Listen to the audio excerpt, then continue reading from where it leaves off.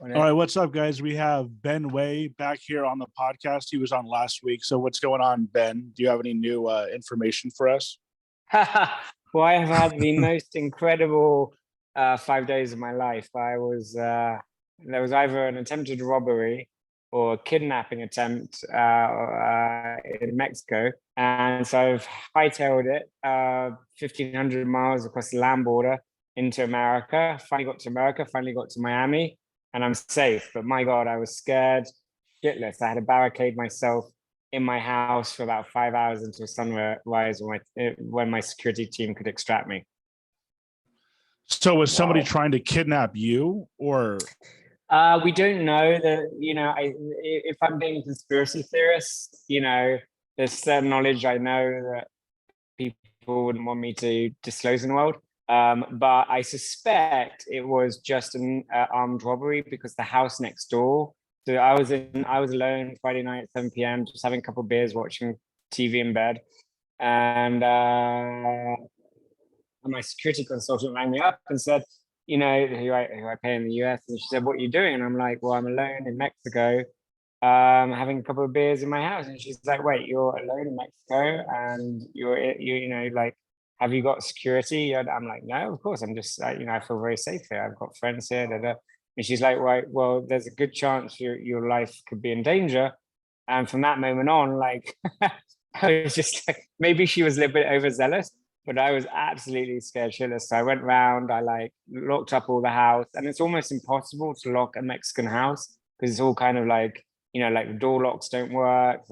So I had to place boxes against the doors. So if anybody came in, I'd hear them enter the house. And then about 1 a.m., I had this, I turned all the lights off, packed all my stuff, waiting for extraction about 6 a.m. when my staff turn up. And of course, you can't call the police, you can't go anywhere, the taxis, because it's all cartel, right? So you don't know who's targeting, right. You don't know whether it's a state play, you don't know whether it's a cartel, you don't know whether it's the Mexican government, you just don't know, right? It could be Russia, it could be China, I speak about all these things.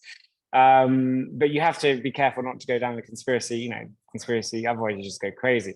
But my security consultant did tell me not to take commercial air travel, and I can't afford a private jet. So my only option was my friend's pickup truck that we went down Mexico for 5 days. So it was just the craziest trip. We were literally living out the back of the camper van or the truck. It's literally the bed in the truck.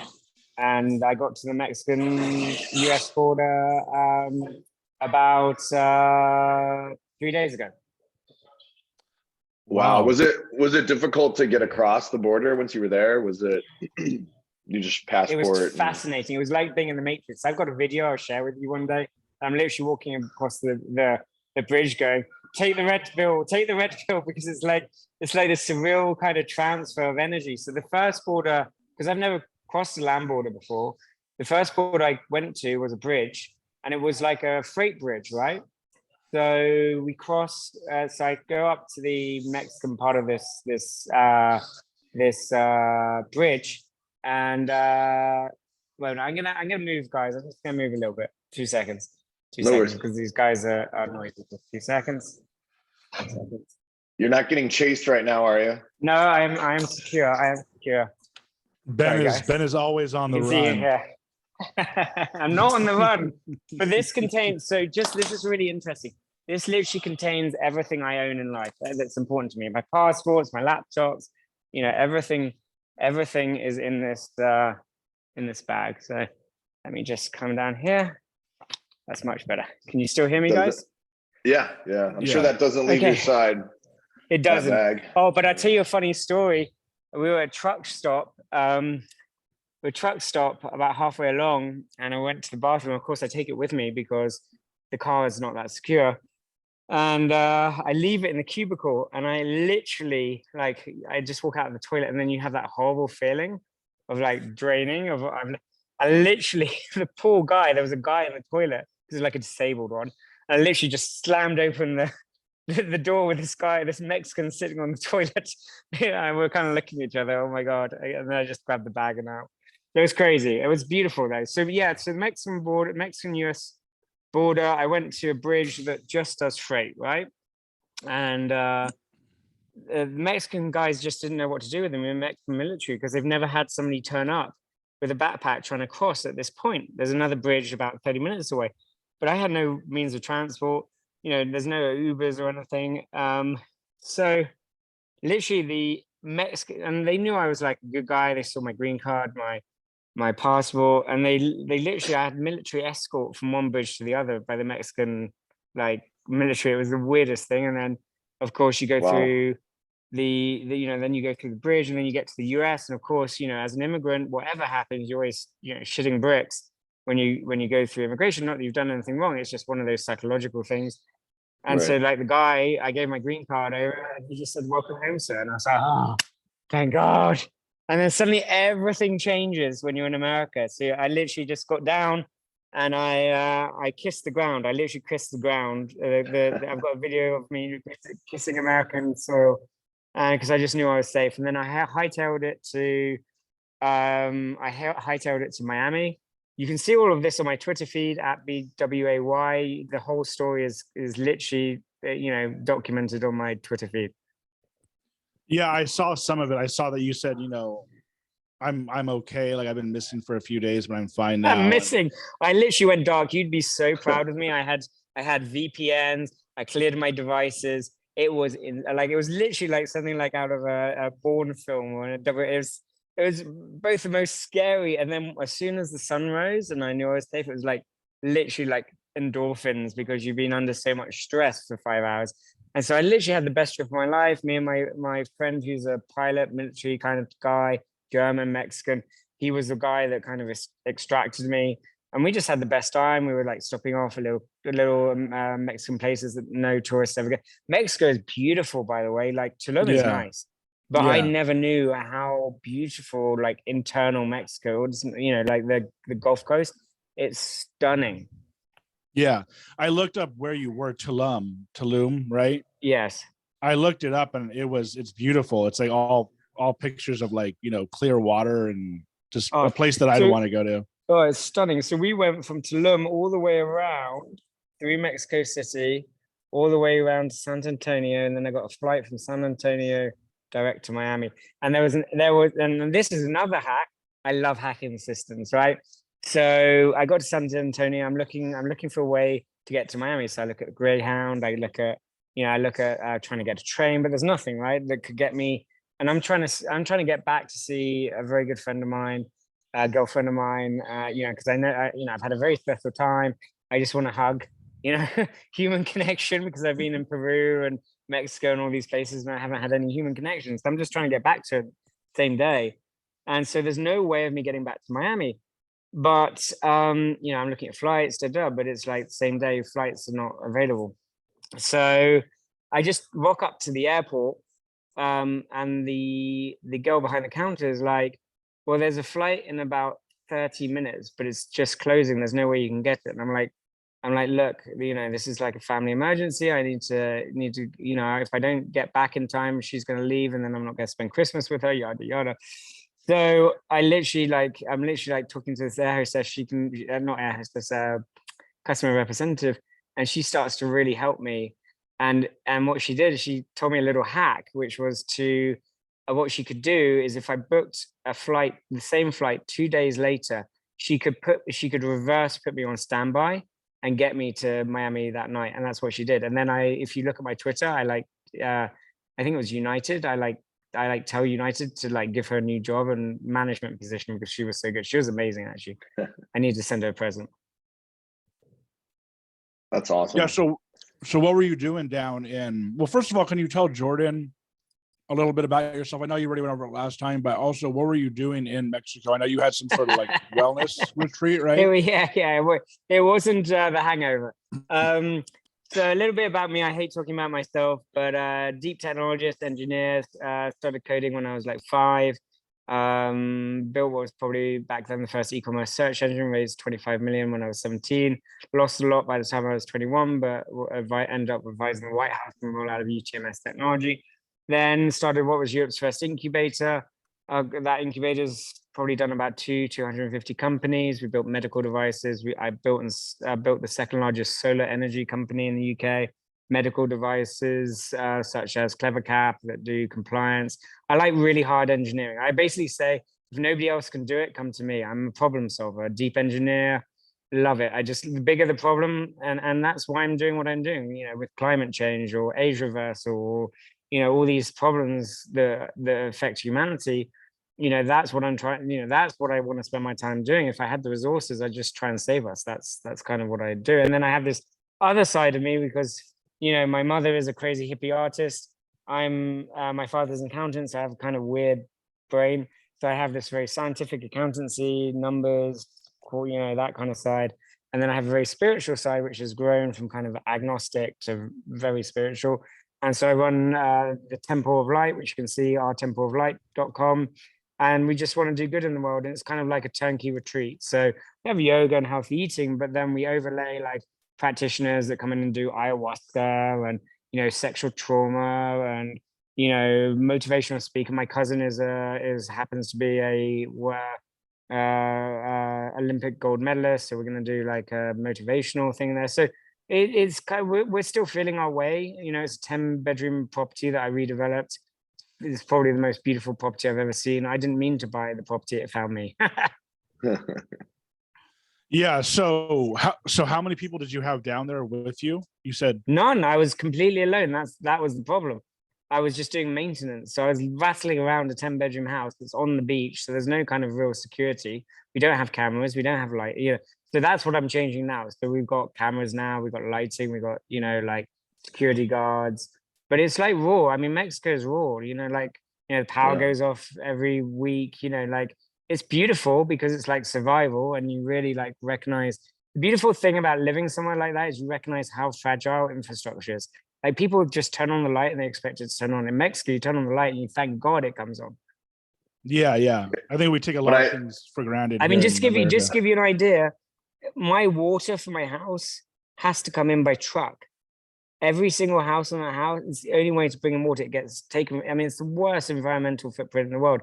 I just had solar put in. I just had a well put in because, like people think like, oh, we're gonna, solar power is, renewable power is gonna save us. All this stuff is bullshit. You can't put, it's like I think we talked about last time. There's no way you can put a Tesla in Peru, because it's not that you can't put a Tesla in Peru. It's like, how do you do the infrastructure? How do you get the parts? Like people just, it's just hopeism. And we just got to recognize, and the only way to save humanity and our environment is to change our behavior. But it's also impossible to change your behavior because the system traps you. It literally traps you. Like I try to do like zero waste, right? It's impossible because everything, if you want to eat, everything is wrapped in plastic. Everything, if I want, water, it's, and it's all very well in America saying, oh, well, why don't you buy like a metal thing? Yeah, that doesn't exist in Mexico. You can't do that. Yeah. So, but do you eventually want to go back down there after? Oh, and so start actually, like a whole wellness yeah. That's what my focus next year is to build it into, beautiful like retreat. I'm going down on January the 16th. Don't murder me, guys. Don't kidnap me. But on a serious level, I have spoken to the right people now. I've recognized the risk. I've spoken to the cartel. I've spoken to the Mexican government. I believe that probably the temple is one of the safest places in the world. The reason why it was unsafe particularly is not the cartel. The cartel they actually probably like money to be down there because that's how they make their money. But the problem is there's a massive construction next to my house, and you have like all these Mexican workers like literally living and sleeping there, looking through our windows, which is totally cool, but it's a very big security risk, right? You can imagine it's kind of like it's so unfair. But what I do is try and communicate with them. So literally like 2 weeks ago or a week ago, I was in the sea, and I'm learning Spanish as well, which has been a beautiful, using Duolingo to learn Spanish has been an incredible experience actually. And so I'm like communicating with them. I meet them, I give them a hug, I give them beers, building a relationship. But it's kind of like I just feel like a dick because you got people on like $500 a month looking down at what they can only possibly imagine is like living a dream, or like it's just weird energy.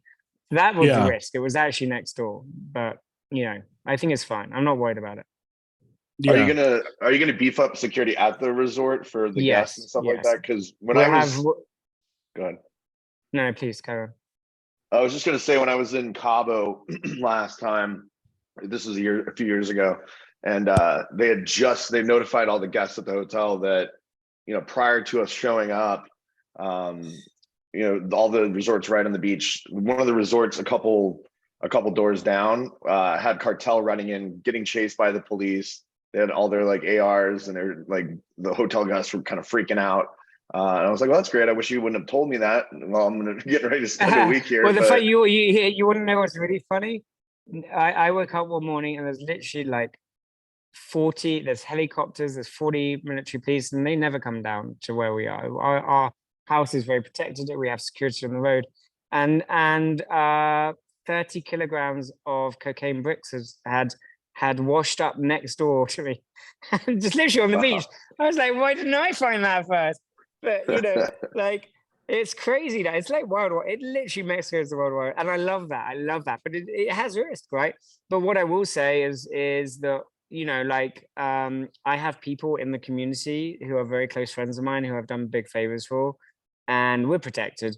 And we will be beefing up like security, but not much. You know, it's not like I'm going to have people walking around with AR-47s. It's going to be like we will have, you know, cameras and light. Is it really? It's lighting. You know what happens?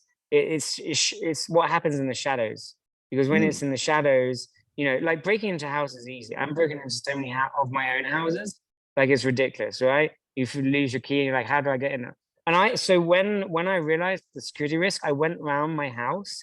Do you know how many insecure entry points I could have got in without even breaking a window? 8. Jeez. You know, windows. I mean, it's Mexico, so windows that don't close properly, they haven't locked. Right. Locks that don't close properly. It's just insane. So so I spent like 30 minutes just going around securing everything, barricading, and then I turned all the lights off because took off my shoes, because you don't want to, you know, if somebody's invading you've got to, you know, my survival training, you know, you've got to have 2 things. First of all, you've got to have situational awareness. You've got to know where they are. They can't know where you are. And second of all, you've got to have a backward escape route. So what I had done is I took a curtain from my bedroom and I tied it onto the balcony banister. So if I had to, I could just leap off the banister and run to the hotel next door. That was the plan. And then around 1 o'clock, I saw I could hear stuff outside. I crept down my stairs. I could see people outside. So I just crept back up. I locked the door, and I had a couple of weapons, and I just, you know, I spent 4 hours just preparing for, and then, you know, probably, you know, that was like 20 minutes, and then they disappeared. Woke up in the morning, and I didn't even go to sleep actually, as you can see from my crazy Twitters. And all my friends were like, you know, shitting bricks, because they were like, oh my God, Ben's like crazy. He's gone crazy. And what I'm actually doing is I'm doing proof of life, right? Because, you know, if I'm on Twitter tweeting live and somebody comes in, it's the only way I can get the message out. I don't even know what the emergency number for the police is in Mexico, because it's going to take 30 minutes for them to come. Same with the taxis, and it can be cartel, they can be corrupted. Not all of the cops are corrupted, of course, but you know, the risk is there. And you know, the way I look at life is, you know, low risk, high impact, low risk, and both are worth thinking about, but you forget about what's in the middle. So do I think I would have been kidnapped? No. Do I think I would have been robbed? Almost certainly. Is there a small possibility that there was a bad actor trying to take me down? Possibly. Very unlikely. Does that all make sense? Do you think I'm crazy? No. But Crazy as a fox. No, I've been to Mexico a couple times, and it is a really beautiful country. I mean, Mexico City was unbelievable. Cabo, Puerto Vallarta, Mazatlan, it's just gorgeous. I wasn't on the other side in Tulum or anything, or Cancun, but it is a beautiful country. But yeah, it's situational awareness. I mean, you know, I'm a decently big guy. It looks like you are. You guys are. I know Micah's a strong dude too. So I'm not super afraid, but it takes, you know, 1 or 2 people that have, you Yeah. know, their own intentions, and it doesn't matter, you know, how big you are, who you're with, you know, Yeah. and if you get caught with weapons, you know, just walking around, even like knives, then you can be in serious shit out there. So Oh yeah, absolutely. I mean, and you know, at the end of the day, it's about compliance, right? Because you know, it's actually fascinating going through Mexico because there's border patrol. There's like internal border patrol every probably 2 hours, right? So they come in, they check. You know, they literally take all your stuff out of your bags. They have sniffer dogs. They're looking for drugs. They're looking for human trafficking, and that's every 2 hours. And every time you go through one, you're like, shit, you know, like if you don't comply. And I said to my friend who's Mexican, I said, what happens if you just drive through the checkpoint? He's like, you're dead.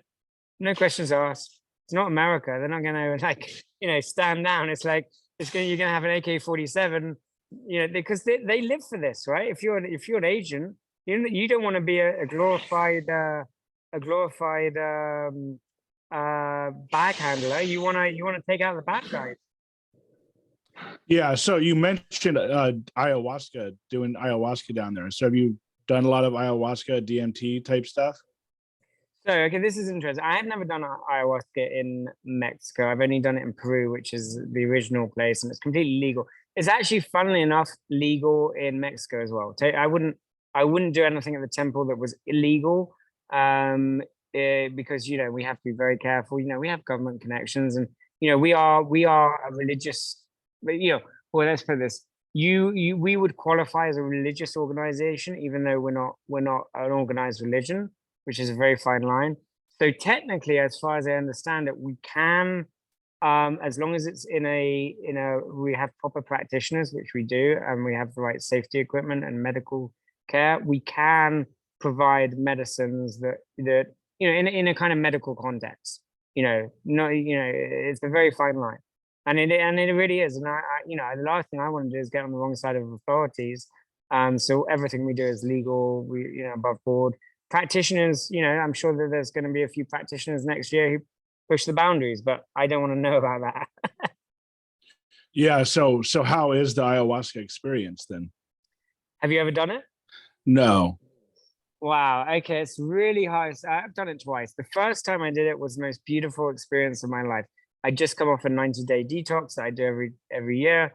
I was super fit, and I hadn't drunk for 3 months. I hadn't had, you know, I hadn't eaten badly for 3 months. You know, I was super fit, and it was amazing. I mean, like to the point where you see God. I mean, it's that kind of connection. It's beautiful human experience. You know, indescribable. The second, so you have this thing called Mother Ayahuasca, right? Which is kind of the spirit of ayahuasca, right? So Mother Ayahuasca, you know, the first time she was like, okay, we're gonna give you an easy ride. Brilliant. Thank you, Mother Ayahuasca. The second time, I'm a bit arrogant about it. I'm like, I'm in Peru, I'm in Sacred Valley, this is the center, I'm speaking to shamans. You know, I want to become a shaman, and you know, it may take me the rest of my natural life, but you know, I've been told, you know, Mother Ayahuasca has given me that message that at some point in 10, 15, 20 years, I will become a shaman once I've done my training. And so I'm pretty confident. So I go down to like this beautiful center, probably the most beautiful place on the planet. You know, like mountains, you can't believe we're at 10,000 feet. So oxygen levels are approximately 30% lower. So you're feeling a little bit like wooey. And then so you go in the ceremony, you take your cup of ayahuasca, and you start your journey. Well, you know, old Muggins here, you know, towards the end of the year, I like to drink, I like to eat, and you know, I'm not in best, you know, I'm in good shape, but I'm not in my best shape, right? And normally you need about 4 weeks of kind of preparation, but I had just bought a motorbike in Lima.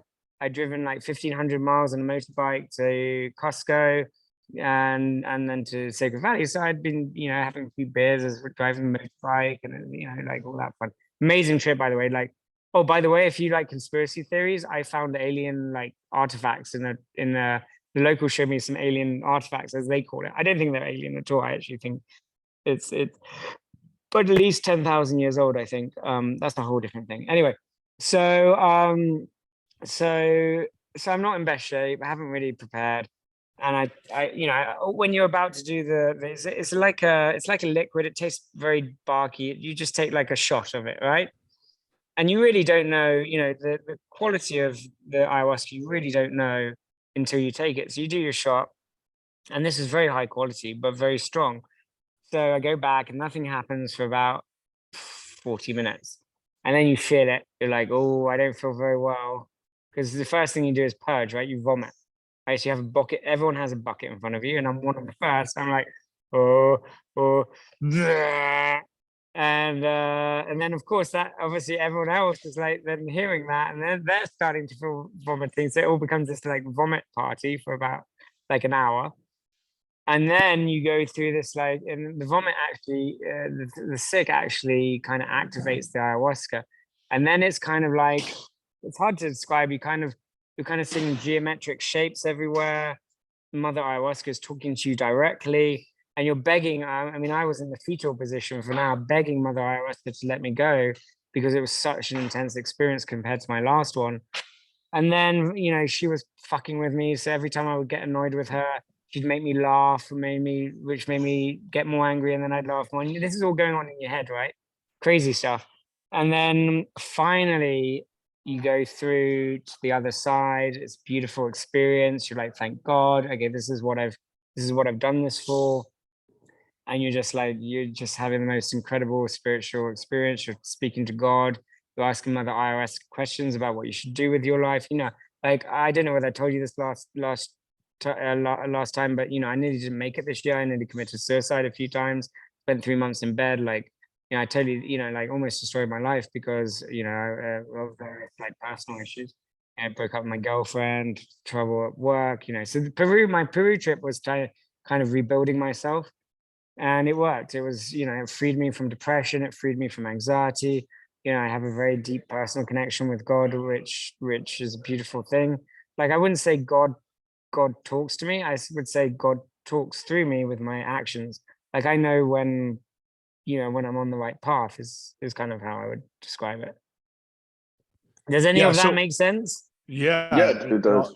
It all makes sense. I've heard that too. I mean, in terms of like dealing with depression and anxiety that plagues your whole life, I've heard that as well as mushrooms as well seems to be more of a natural treatment that can reverse, from what I've read and studied, can reverse depression, right? And like you said, make your mind more open and aware to higher power instead of just our day-to-day on our laptops and phones. So. Absolutely. And you've got these new therapies, ketamine therapy, psilocybin therapy. But the thing is, when I was depressed, I didn't want any of that because I just wanted to kill myself. I didn't speak to anybody. I literally spent 3 months in bed, and that's how depression gets you. You can't see the wood for the trees. I knew what I needed to do, but I couldn't physically do it. What I should have done the moment I felt depressed was do ketamine therapy or psilocybin therapy or go and do ayahuasca, but I literally didn't have the mental like clarity. But do you know what's really weird about depression? Do you have a mind's eye? Do you visualize things? Like when I'm doing engineering, I see things like, I can see how cogs fit, and like if I'm doing industrial design, I can see it all in my mind's eye. Do you have a mind's eye? Some people do, some people don't. I'm not sure if I do. Okay, but okay, when you think about your when you think about your ex-girlfriend, do you see her in your mind's eye? I mean, I can visualize her. Okay, perfect. Yeah. Okay, so you can visualize her. So that's kind of and you can train it. I've trained my third eye or visual cortex to be very, I can manipulate it. So, if I looking at that chair, I can put it up in the air and I can spin it around and guess. Anyway, I digress. But the point being is, as soon as I got depressed, that disappeared. There was nothing there. It was just a blank. My brain was still there, but it's just like a blank slate. It was incredible. Depression is incredible. So you've got all these attendance therapies. I will never lie to you, but I can't always tell you the truth, obviously. But what I will say is, if I had ever had any of those therapies, probably the closest thing that ayahuasca would kind of mimic is kind of like a very strong psilocybin experience. It's almost overwhelming, and it's something you can't stop once it starts. And I was scared shitless when I first did it, but it's actually much more controllable than you might imagine. And actually, the friend I was with, it was her first time. She wasn't my girlfriend. She was actually one of my employees. But she's running the spiritual center, so I wanted her to experience ayahuasca.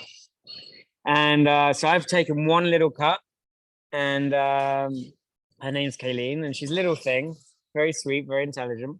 And so I take one cup. I'm like in the fetal position. I'm like, and like the shaman's like, and I know the shaman pretty well now. And she's like, does anybody want another cup?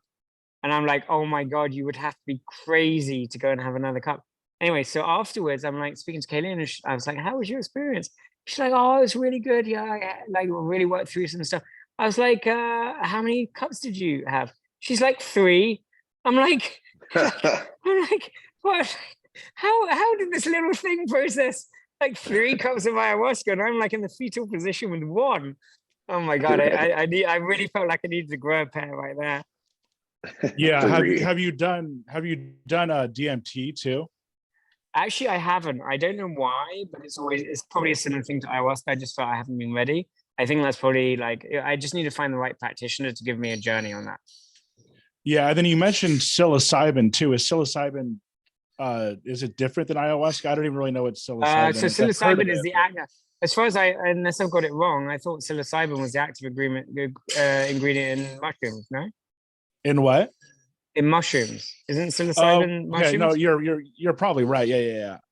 Yeah, so- so I'm just talking about mushrooms. The experience of ayahuasca is like it's not the same. It's definitely very distinctly different, but it's the closest thing I've ever experienced. You know, not that I've ever done mushrooms or any other drug for that matter. You know, if I was a guessing man, I would expect it to be very similar. Yeah. So now you're in, well, first of all, you seem like you mentioned depression and anxiety, and it seemed like you were kind of laying low for a while, right? And then now Oh you're my God, back on Twitter. Yeah, So 5 years, I think. I canceled myself, I think. yeah. You know, I mean, So- the internet is a toxic place these days, and if you're not strong enough, it will get you, and it will bring you down. And so I wasn't strong enough. It's only recently, since I've done all this spiritual work, and actually depression was it, because after you come out of depression, I literally brought a rope off Amazon, hung my noose on my stairs, got on a chair, and kicked it out, and then managed to save myself. Right. Wow. So once you've gone through that, nothing scares you, literally, because it's like the world has done the worst to you, so you can come out of it. I will never be depressed again. I will never be depressed. I will never try and take my life again, because there is no need. You know, whatever wanted me here literally wouldn't let me leave. You know, like, I'm not scared of death. I actually, you know, at some point, I plan to live to at least 150, and I do a Yeah. lot in age reversal. But you know, what I plan to commit suicide when I'm ready. You know, I'm gonna go in a little pod. I actually know the guy. You know, the death pods everyone's like freaking out about. You know, I know the guy that done that, because in 150 years, I'm gonna be tired of this life, and maybe I will want to put myself in the Matrix or Neuralink, or the, what do they call it? What's the when you put The when you're the metaverse? singularity, Oh, yeah. the singularity. Yeah. Maybe I will, but you know, at some point you get bored of life. You know, it's like, I want to move on to the next adventure. And I tell you, I guarantee you, one thing I will tell you from all my experiences, I know that there's something on the other side. I've seen it. I've seen the other dimension. There's not just one dimension. There's like layers of it. Yeah. So you mentioned that last time, you think you'll live to your 150. Somebody like Jordan and myself, probably most people don't think we're going to live that long. So can you explain to me and Jordan really why you think you'll live to 150? Because to most people that sounds kind of crazy, right? Well, I'm already working on it. I mean, that technology already exists today. I'm already working on it. It's not rocket science. I already hacked my own biology. I think the key here is it moralistically right? And that's what I can't tell you. So there's part of me that says, so basically all disease stems from aging, right? You know, like you know, cancers and, you know, heart disease and the big diseases all stem from the fact we get old, because our body gets less efficient. So and we're all engaged in life extension. You're engaged in life extension. Everyone is engaged in life extension. Every time you go to the doctor, every time you take a drug, you know, our natural lifespan in a kind of dog eat dog world is maybe 30 or 40 years, right? So if you're 30, 40 years or older than 30, 40 years, you're already engaged in life extension, right? So moralistically, I look at it like if we can cure aging, we cure all diseases. That's a good thing. So where does it get bad? The badness of it becomes the concentration of social power, because somebody who is 150 has an unfair knowledge base and than somebody who's younger. So we're gonna go through all these kind of social, I also believe in collapse. So I also don't believe we've got that long. We may only have like 5 to 10 years before 4 billion people die, right? We just don't know.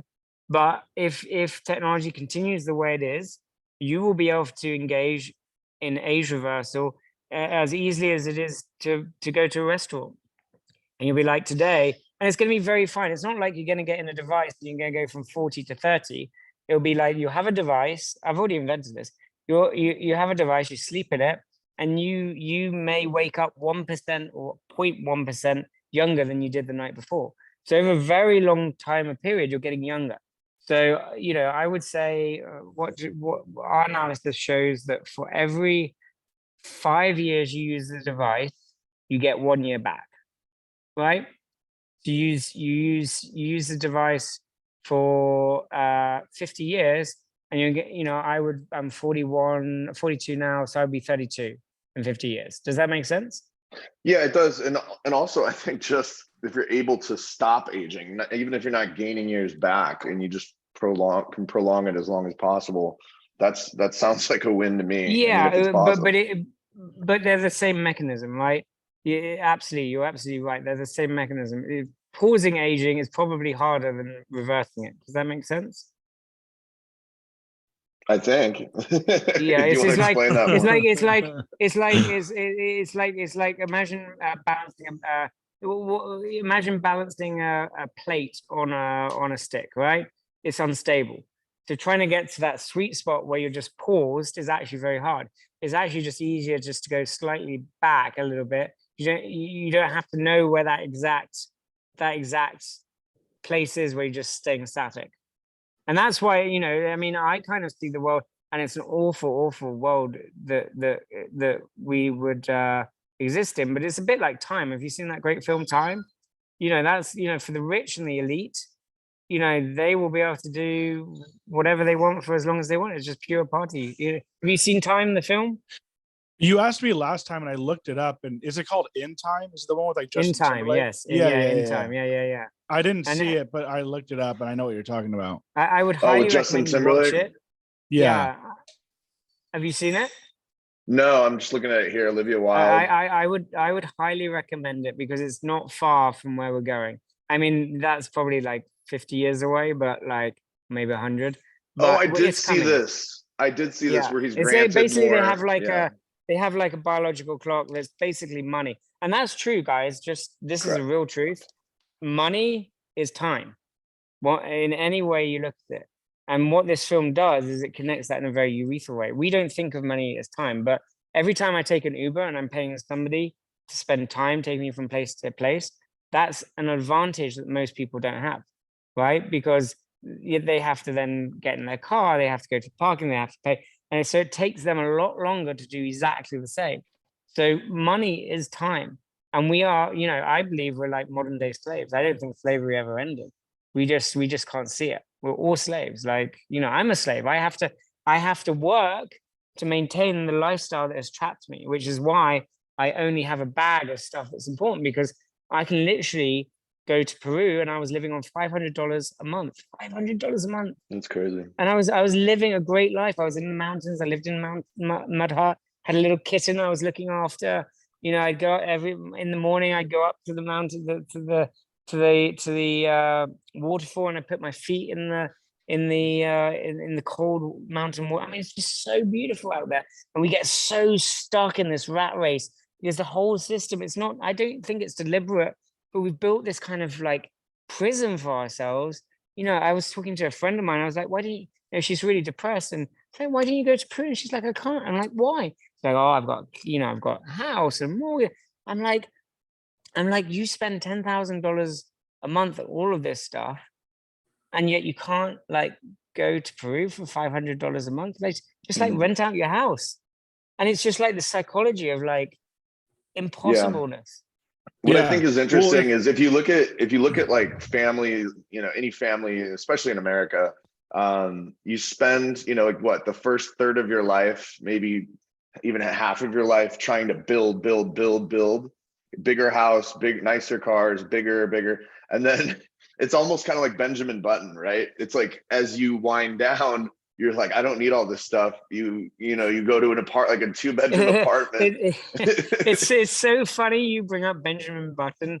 A couple of my ex-girlfriends call me Benjamin Button because it's just like, dude, you don't age. But I don't age because I do my detox every year. And that, honestly, I tell you, my detox, my gray hairs disappear. Right? I have biological evidence that my detox reduces my age. So I think that biologically, I feel like I'm 42. I probably feel about 31, 40, like 10 years younger.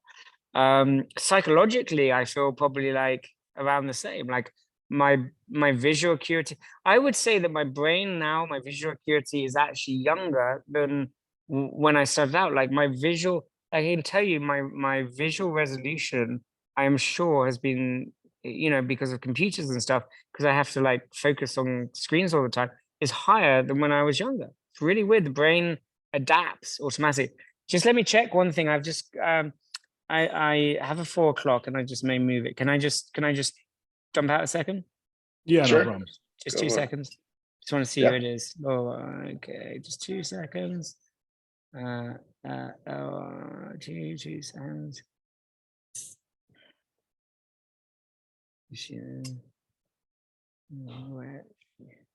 Can you still see me, guys? Yep. Yeah. Okay, I can still talk Yes. while I'm doing this. Okay, cool. want- So yeah, I agree with you. I feel like a lot of things that culture tells us to do or whatever, like I look at it as kind of almost being like bad. It's like kind of sad to say, and I think people will disagree with me on this, and for kind of What do you obvious mean? reasons. I don't quite understand. What do you Well, saying? like you're saying, like we essentially become slaves. And yeah. it's a lot of it has to do with like, okay, like you have to get married by a certain age, you have to have kids by a certain age, you have to have this job by a certain age, you have to, and if you don't do that, you're kind of seen as some sort of like failure. But it's like in reality, I mean, it's sad to say, and I wouldn't want to admit this to a lot of people, but it's like I don't really know if I want to be tied down by all these things. Like I don't know if I don't think you're married, and I don't think you have kids, No. right? So like I you're able, wish.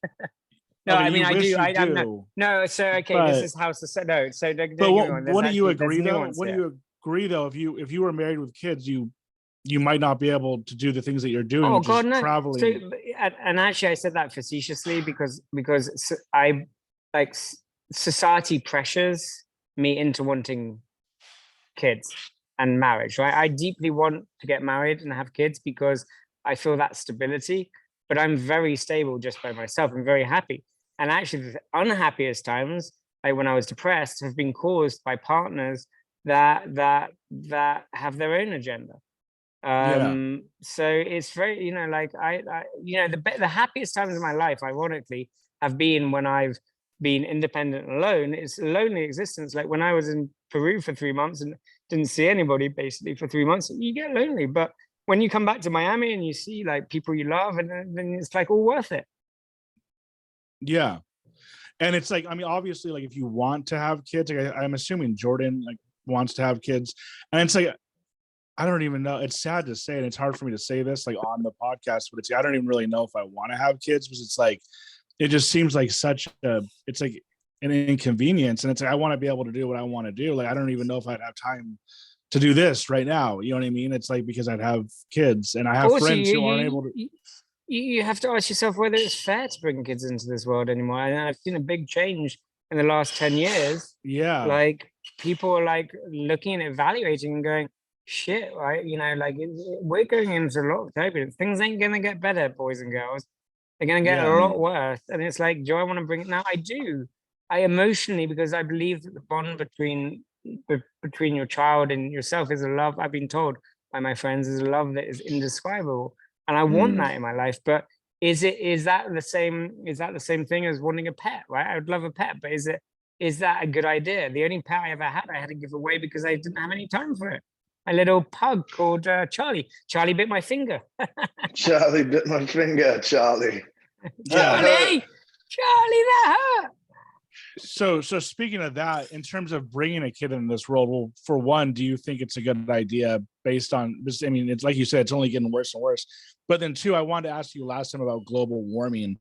Yeah. What are your thoughts on global warming? Like, how long do you think we have before it gets really bad? It doesn't seem like anybody has like clear answers to that question. I It's think like when I think if we're still around based on technology advancing, because technology, I'm in technology, but it advancing makes our lives easier, but yet more complex at the same time. It's a very interesting topic.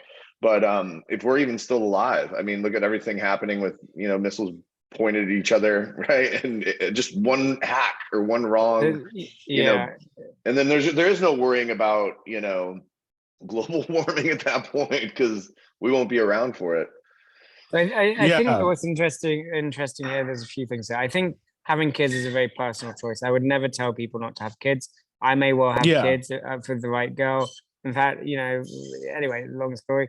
But the global warming stuff is very interesting. I think the problem is we have so many uncontrolled risks right now. You've got AI, you've got nuclear war, you've got climate change, you've got all kinds of environmental issues, toxins. Did you see all the stuff about the fertility rates have dropped like 50%? We're destroying ecology. Like the system is breaking down. And as an engineer, I will tell you what happens with it. What people don't really realize is that what happens with complex systems, complex engineering, like a car or an engine, is that they are really resilient until they're not. Once they go past a certain tolerance, they literally fall apart immediately. Like you've probably seen it, like you're driving along and you hear a clunk and you're like, oh, I can just push it to the garage, and then you're driving along a bit slower, and then suddenly the car just breaks down, right, in the middle and starts steaming. Well, the clunks have been coming for 20 years, and there is steam appearing out of our thing. And I see this every day, real time, because I have a house on the beach. So I can tell you in 3 years, I can see that the beach has been eroded by about 4 meters, right? So, which is crazy. And I had a conversation on Twitter where people were like, well, it's not sea level rising. It's some kind of geological instability. I'm like, no, I see this every day. Like, and so what's happening, what people don't realize is these systems aren't separate. It's not like glaciers and our climate are all separate. Like you've got the Gulf Stream and stuff. So everything is just starting to break down. So what's happening now is that the collapse is accelerating. It's changing. It's moving faster and faster and faster. And we are, I'm actually part of a group called Collapse on Reddit, which if you're interested in collapse is really good. It's a really good forum, actually. I really like it. And there's people talking about everything they see every day. And you can get a feel for the momentum of change. And the joke of the group is, I think it's called, the joke is faster than expected, right? Because every article is like, well, the scientists predicted this, and it's actually going much faster than expected because all these systems are intertwined, and the only thing that could save us, which won't happen because of geopolitical instabilities, is actually dimming the sun. Do you know about this? Pumping carbon particles into the atmosphere, a bit like a volcano. Have you heard about this? No, unless you're talking about like the ozone layer or whatever breaking down. No. So just briefly, when a big volcano erupts, real quick, sorry, hold on 1 second. I hear like a noise in the background. It sounds like I know we've got staff coming in. I don't know what you want me to do. No, if it's you, it's fine. I thought it might be on Jordan's end. But... No, they're just setting up for dinner, I think. Yeah. No, yeah, it's fine. So when a volcano blows its top, a big one, the Earth cools for like 3 years because all the particles, all the sun is basically dimmed, right? You get winters, you get snow. So the only way I can see us actually effectively doing it is by pumping. And this is, NASA is doing studies on this right now, pumping kind of carbon particles into the atmosphere, and it will cool the entire Earth. But you need global agreement to that. And also nobody quite knows what's going to happen, because if you do too much, then you're gonna cause a ice age. So it's the only thing that can really save us. By the way, this whole idea that you can pump carbon dioxide into, what is it, carbon sequestration is totally ridiculous. It's the craziest concept I've ever seen. The amount of energy required to reverse the amount of carbon we're putting into the world is exponential. But people don't realize why this technology is so, everyone's putting money into it.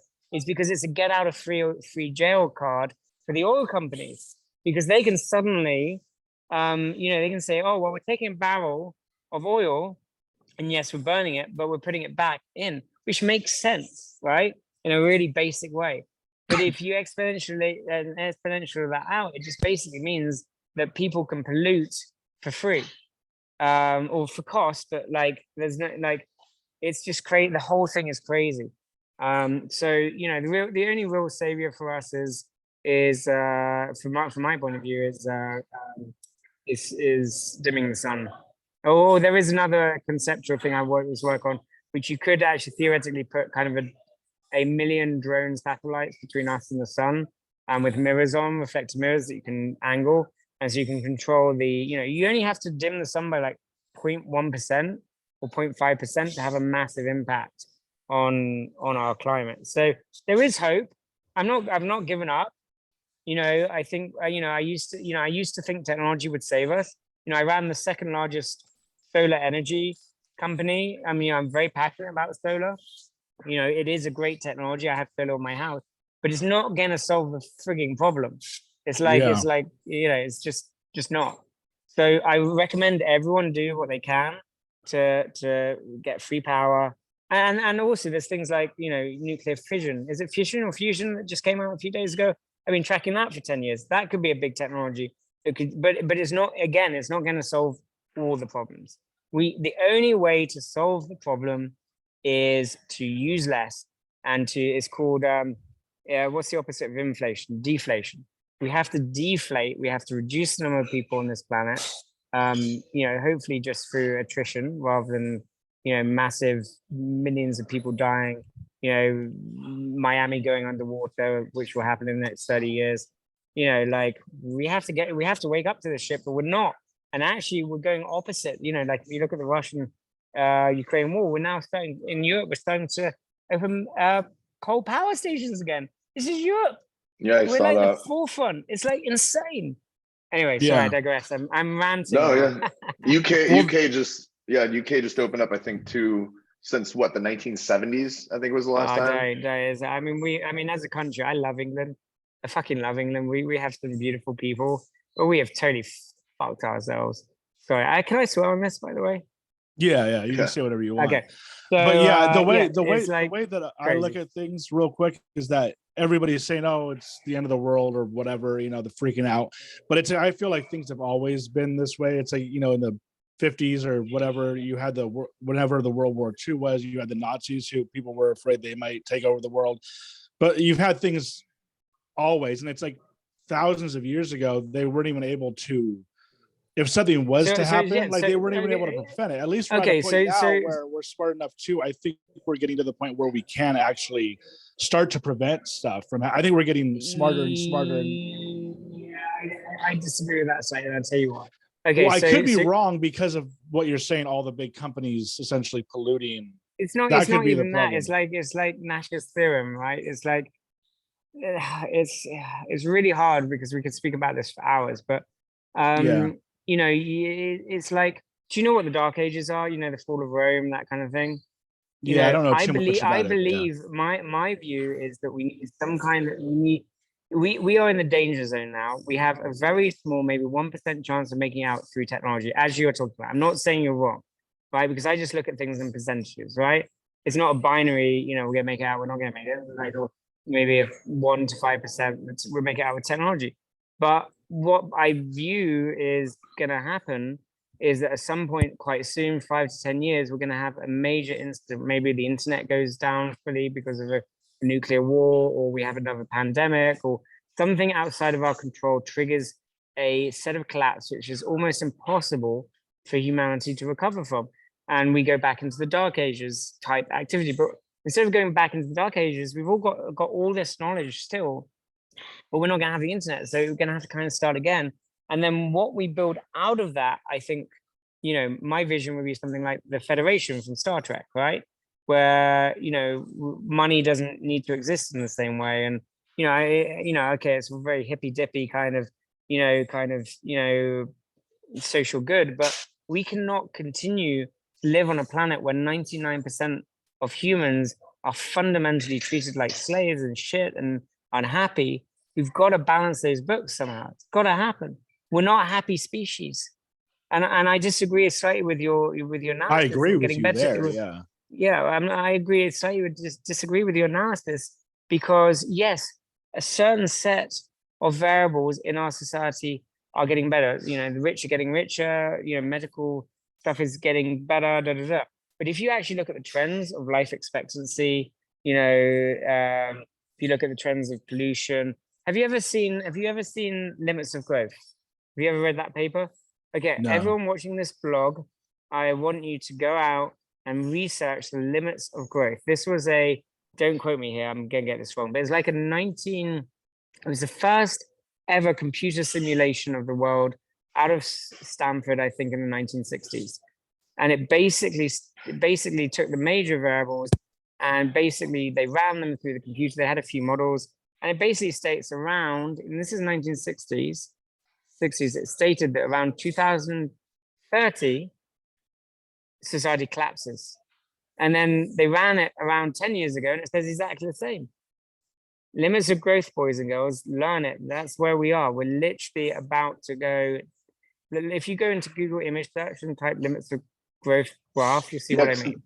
It's actually 1972 report discussed the possibility of exponential economic and population growth with a finite supply of resources studied by computer simulation. Super interesting. And you can I found a website where it actually has the calculations and you can put in your own variables. But guys, I have to go now because they're getting angry. They're getting hungry. I'm getting hungry. Is there anything else you want to ask me? Yeah. And yeah, unfortunately, yeah. Okay. Well, like one last question is, like on one end, you're saying you're going to live to your 150, but then you're also saying in 30 years we could all, you know, be dead or whatever. Welcome to my life. It's going to be one or the other, right? It's going to be like it's a coin toss at this point. I don't know. I can't tell you. I can see about 5 years into the future based upon basic data. After that, who knows? So yeah, the last question I'll ask you though is, what are your plans going forward as far as what you're doing? Because like you said, you took like a 5-year break, and what's your goals now? So I have 2 goals. One is to help humanity rediscover their humanity and their spirituality and connect with God and nature. That's my spiritual side. And on the other side, I'm trying to save the world. I don't know how I'm going to do that. I need help. I mean, I'm one human, but my goal is to try and right the wrongs of the society we live in. My life is given to us as humanity. I will die for humanity. Like that. I've made that decision. Like if I have to die so the rest of us can live, bring it on. But I prefer not to. I don't want that on the bingo card. But my point being is that we all have to sacrifice something, right? And I need help. I'm just one human. I'm flawed. I'm not perfect by any means. The only thing I would tell you is because of the weird ass life I've had, I have probably some of the most unusual knowledge sets and life skills that exist on this planet. Like I could walk into a nuclear power station, probably get it up and running. It's like I know how 3-phase electrics work. I've researched every single piece of infrastructure that exists on this planet. I understand systems at a very, very deep level, and people don't do that anymore. People. Everyone should be a polymath. Don't get stuck in a little like focused thing. Like the world is all interconnected. There's no such thing as siloed data, right? I know how the photons are being produced on this LCD screen and how the IP packets are going through the internet being routed. I know how the electricity here is like, that's what I spend my time thinking about. Like if I'm walking down a street and I see something I don't understand, I stand there until I understand it. Be Yeah. inquisitive, hack systems, take the red pill every fucking day. Yeah. So you would say you're definitely red pill, meaning No, literally red pill. I've definitely taken too many pills in my life. that kind of means, would you say that means like Republican or That means What would that means question everything. Question everything. It means that basically I recognize that I'm in the matrix per se. And as long as I understand I'm in the matrix, I can control it. Yeah. And it's really actually interesting because when I was outside of the United States, you really feel it when you come back into the United States because everything is controlled. It's beautiful and it's here to protect us. And I greatly respect the security services. I'm a very whiter than white type human, but I also recognize that the rules of this world can be bent. They're not. They were nothing in the world is black and white. Nothing. Yeah, everything is if you look at quantum physics, that's a huge, my unified theory I'm working on, the whole point of that unified theory is nothing exists. It is all brought into existence through instability, which is why I got this tattoo, right? You see, like I had this done the other day, 3 dots, right? Which is like the sign of, it's like a triangle, which is the temple of light, but it also represents the 3 particles of positive, negative, and instability. Right. This is how the universe started. It started very simply with an instability wave, probably from God, and it created itself. And at some point, it's going to go back to 3 particles.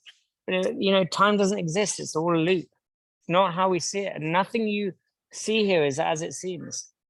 Yeah, and I wanted to go into that more, but maybe for another time. But then also I wanted to go into the singularity more. You mentioned the singularity. Yes. That is definitely a conversation for another time. Yeah. Okay. And then lastly, in terms of money, how are you, like, are you operating businesses from afar? Like, how are you, what's your like job, I guess now? So I always joke I'm the poorest, richest person you'll ever meet, or I'm the most unsuccessful, successful person you'll meet. So I have had, some very great successes. I've made a lot of money. I've lost a lot of money all through my life. And the reason why is because I like to live on the edge. So every dollar I get, I reinvest in either people or humanity or charity or my next project. So I if you looked at my bank account today, I have $406 in it. But I have a business bank account, which I own 100% of, with $106,000 in it, right? And when I need a little bit of money, I just pour enough to survive. And that's how I like to live, because I like to live very frugally. If not, doesn't mean that I don't, can't have a nice dinner. Sometimes I'm staying in a beautiful hotel. I'm spending $500 a night, but only for 2 nights. And then I will go and stay at friends. Like, I don't have, Lamborghinis, and it's just not my style. I'm very underground. I like classic cars. I've had my classic car for 20 years. She's like chitty chitty bang bang to me, right? I love her, and I look after. The only yacht I've had, I bought a 80-foot Palmer Johnson from National Liquidators in Miami 10 years ago. It was a $7 million yacht, and it was totally messed up. And I bought it for $229,000. I invested $200,000 and I completely rebuilt her. The most beautiful boat you've ever seen. But I loved her because I worked on it myself. I rebuilt the engines of my captain. We got to get back to the world is, can you imagine I explain like this. The iPhone I'm looking on right now is what, $1,500. I would say probably 10,000 people had to be involved in building that phone. Everything from child labor in the African mines to Chinese immigrants. 10,000 people probably just touched some part of my mobile phone before it sits here. We are like gods. Like the amount of money you have, me have, anybody that we know that lives in higher society, elite side, we are like gods to most people. And it's wrong because we're just humans like everyone else. We still shit, we still have sex, we still fight. There's nothing special about it. We just happen to be born in the right place at the right time. And we were inquisitive enough and hardworking enough to get to where we are. Yeah, That's, I know we have to wrap up, but like what I wanted to say is I had a lot of time on vacation one time, and I went and researched what is the percentage of being, and let's be honest, we do have an advantage as a white male in the United States, right? Oh, massive. Yeah, it's insane. Massively. I mean, anywhere. Sorry, Karen. No, I was just gonna say, but to take the whole world's population on the year that I was born, and to be in upper middle class, as with great opportunity as a single or a white male in the United States. I mean, it's like winning. I did the math, and it was like, yeah, it's lottery. It's lottery. 1 in a trillion or something. Yeah, it's lottery. I mean, there's 8 billion of us now. It's literally lottery. I mean, it's and I think if you're just born in the West, you're in the top 1% of the world, right? Whatever happens. Yeah. So it just can't continue like this. It's not fair to humanity. And that's the message I want to put across on a spiritual level is like, I recognize that, God recognizes that. And at some point, all bills must be paid. I agree, but unfortunately we are taking part in it. You know what I mean? Just by, like you said, having an iPhone. Because you have to. I know. It's literally impossible. I've tried to get, even in Peru, I try to get out of the system. It owns you.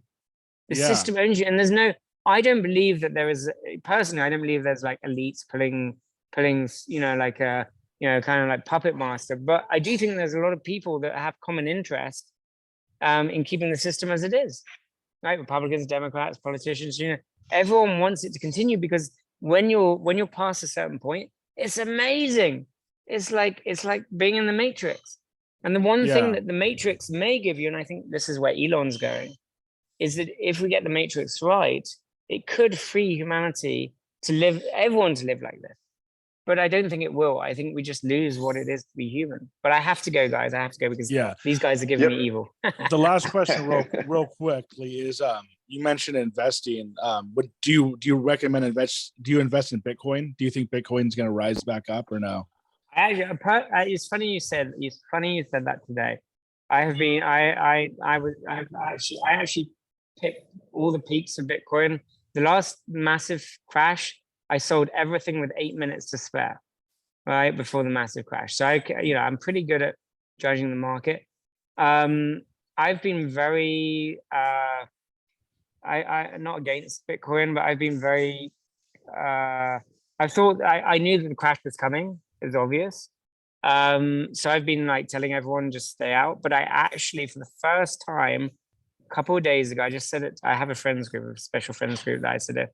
Like for the first time in a long time, I think Bitcoin maybe, or crypto just generally may be underpriced, depending what happens. Now, I think it's binary. I think it's either going to collapse or it's going to increase a lot in the next kind of year. I think the economy is going to be very hard next year. I can feel that. I think we have a lot of instability.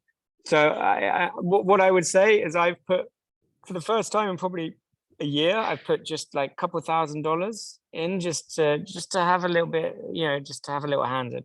I probably own less than 10 grand worth of crypto across various things. I quite like Solana, the one that the Ford guy was involved with, and then it collapsed. I bought quite a bit of Solana. Do you know that one? So anyway, I don't know. Okay, anyway, I have to go, guys. All right, no problem. Wanted. Thanks for coming on. Okay, great. Brilliant, guys. I really enjoyed it. I hope it was interesting enough to bring me on again one day.